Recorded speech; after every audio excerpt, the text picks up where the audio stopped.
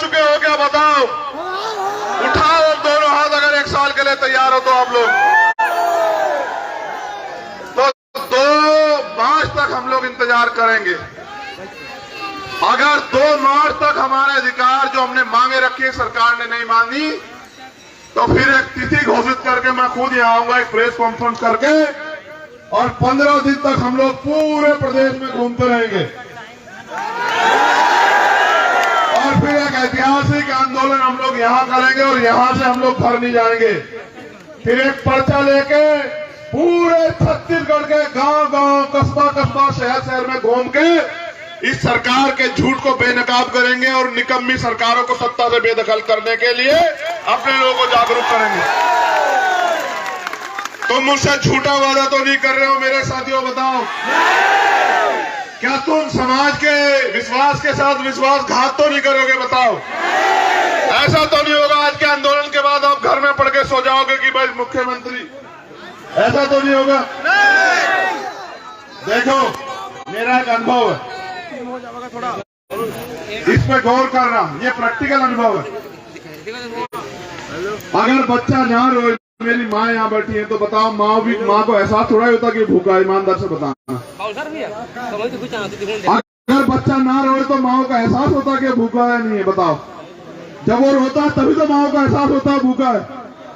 अगर तुम अपने अधिकारों के लिए चिल्लाओगे नहीं, मांग नहीं करोगे तो इस सरकार को नहीं पता लगेगा आपको अधिकार चाहिए। सरकारें तो चंद लोगों की होती है और चंद लोगों के लिए काम करती है, मैं पहले बता चुका हूं। ये भारत है, आजाद भारत।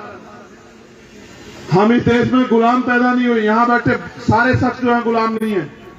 गुलाम की गुलामी की सोच होती है। हम इस देश में, हमारे बाबा साहब अम्बेडकर कह के गए कि जाओ अपनी घर की दीवारों पे लिख दो कि हम इस देश के शासक हैं। 75 साल हो गए, हम ना अपनी दीवारों पे लिख पाए, ना अपने दिल पे लिख पाए, और ना ही हम शासक बनना चाहते। जो शासक बनना चाहते हैं उनके अंदर आग होती है। अगर वो आग छत्तीसगढ़ में जिस दिन लग गई दिलों में, बहुजन समाज के लोगों में, मैं गारंटी से कहता हूं कि आपको किसी आगे हाथ नहीं फैलाना पड़ेगा। मेरे साथियों, मेरी बात को याद रखें। एक धोखा और है, आप लोग भी सुनो, गौर करो। इन्होंने आज के लोकतंत्र को इस तरह से लूट लिया है कि पैसे वाला ही राजनीति कर सकता है। आप ये बताओ, बाबा साहब अम्बेडकर ने कहा कि आज मैंने रानी का पेट चीर दिया है। आज के बाद राजा आप बैलेट बॉक्स से मतपेटी से तैयार होगा, यानी कि आप जिसको चुन के भेजोगे वोट के जरिए, वो आपका नेता बनेगा, वो आपके लिए संघर्ष करेगा। इस मंच पे बैठे लोगों में क्या कमी है जब आप पूंजीपति लोगों को, पैसे वालों को नेता बनाते हो?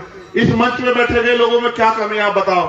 ये पूरे 5 साल आपके लिए सड़कों पर संघर्ष करते हैं, हर कीमत चुकाने को तैयार हैं, जेल भी जा रहे हैं, मुकदमे भी झेल रहे, लाठियां भी खा रहे हैं।